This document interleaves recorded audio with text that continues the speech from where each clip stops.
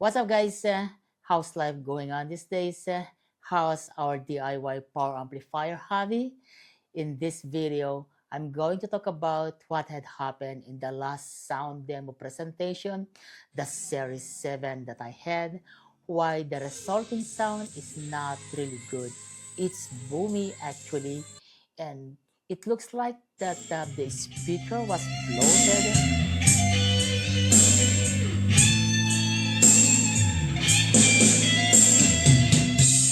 And that's what makes the sound is boomy. Actually, sometimes I blame myself. I abuse the EQ or the equalizer. But in fact, it's not really. So if you want to know, guys, what exactly happened, stick around to this video and let's discuss it one by one. Let's take it away. All right, guys. What I actually trying to demonstrate in the sound demo test series 1, 2, 3, 4, 5, 6, 7, 8, 9, 10 is on the way, is to demonstrate that even with a small speaker, what I had right now, like the Summer Audio, that is the S3 model, I can still able to have that kind of listening pleasures. Again, I'd like to mention that it's not the best, it's not the highest fidelity in a critical listening level, but I still can able to attain that kind of level. I call it listening pleasure. But before I talk about the time that I recorded the demo sound test part 7, when I set up my listening pleasure, that's my listening pleasures, I actually calibrated this placement of the speakers using the Chesky record, like the left and right identification, the right voice in phase and out of phase stereo imaging. I use that one actually to properly set up the stereo, the placement of the speakers. And aside from that, the Chesky record, I also use my simple acoustic machine to understand about the noise level in my room. As you know that whenever I start the video recording, I always say, this is the noise level in my room, and I do it for live. This is the noise level in my room, with a clap like that to show that the spectrum analyzer is actually live. So that was the kind of setup that I believe that I have set up the position of my left and right speakers. Now, when I have those sound demo series 1, 2, 3, 4, 5, I actually set up the equalizer, that is the EQ, the turbo bass, the 3D sound, as well as the tone control, the bass, and the treble to their correct setting, because most of these 1, 2, 3, 4, 5 series until 6, it's talking about slow and pops and no any rock involved. But in the sound demo test 7, it is a rock, that is the still heart, always somewhere, and all I want to do is to make love to you by RIANNA RUSU. Thank you very much for that. That's really amazing track, amazing videos. I like it so much.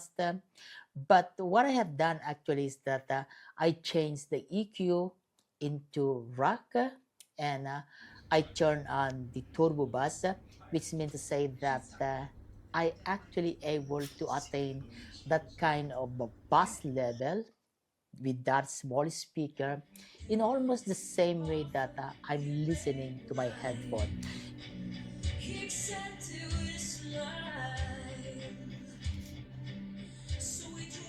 And to explain more about the characteristic of the EQ, the equalizer, I can go back to the electrical performance, and this is its waveform, wherein you can see at the start of the waveform, I mean, the input versus the output comparison, you can see that at the start of the rectangle waves, at the start, it boasts up the high frequency that is in the above 10 kilohertz. And you can see also other part of the low frequency at the other end of the rectangle wave. This is the part of the low frequency in about the 40 hertz. And you can see that it is actually boosted in the high frequency and also in the low frequency. And that is why I can have that kind of bass that I'd like to have it in the same way that I'm listening to my headphone. What else? I still like to re-emphasize the bass because I'm using this small speaker, so I turn on the turbo bass. And if you take a look at the characteristic of the turbo bass, comparing the input signal and the output signal at 1 kilohertz, you can see that below 1 kilohertz, the bass is basically boosted. It means to say that aside from the rock EQ, which is already boosted, I still increase that when I turn on the turbo bass. And that make the reinforcement, the turbo bass will force the small speaker, the summer audio speaker, to perform much more bass. That is the reason why I told you that, frankly speaking, honestly speaking, when I'm recording it in this room, I mentioned, I'm claiming in a live performance that I am so satisfied with the bass, and I really feel that kind of listening pleasure. Guys, making sure that you understood that this is alive at that time. Honestly speaking, it's really good to my ears, and I love that, you know. But you know what had happened is that the actual sounds that was recorded by the owner mobile phone, it's actually boomy. It's really different from what I heard sitting in there at the center while taking the videos. It's actually different from what is the live one and what is recorded. The problem probably is the mobile phone, the smartphone that is the Honor 70. It cannot pick up all the good sounds from the left and the right speaker. You know what? My setup actually is beyond audio. If you can recall that or remember my previous videos, because I'm actually using the 7.83 hertz on top of the speaker, on the left and the right speakers, and that is beyond audio for spatial relaxation. My belief, you know, I don't think that that will going to cause the boomy sounds. I can only think right now that my setup is absolutely not a problem. The problem is that the transmit objective loudness rating of that smartphone is not really correct. It is, I can only think of that.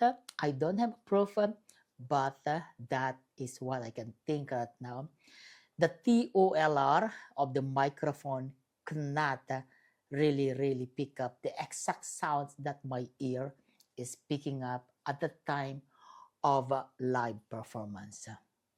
Or the problem is that my ear at my age right now, I don't want to mention it, but I can say that at Hawaii 5.0, it's degrading, and that is the reason why I tried to turn on the turbo bass to make the sound much stronger. The bass is much stronger, but eventually in a real listening pleasures, that is already overdriving or is boomy already, but my listening way, my listening pleasure is still okay.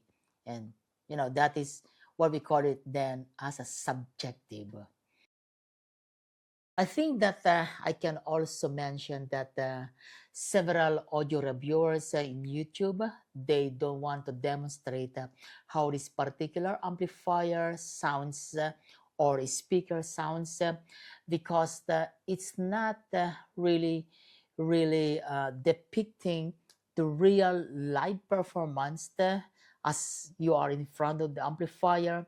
Compare it to the one that is being published in YouTube, especially if you don't have the correct recording equipment. And aside from that, when you are doing the live performance, you are really just in front of the power amplifiers and speakers. But when you're trying to demonstrate that in YouTube or any other platform, you are actually digitizing the sound. And then after that, you go through the process of compression digitally. After that, the decompressions, and then from analog, digital to analog. And those process will always introduce a kind of degradation.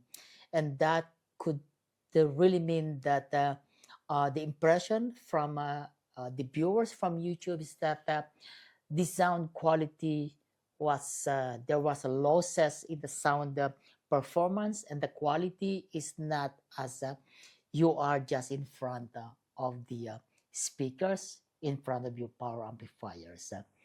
I think those things really need to understand when you are trying to perform a demonstration like what I've been doing.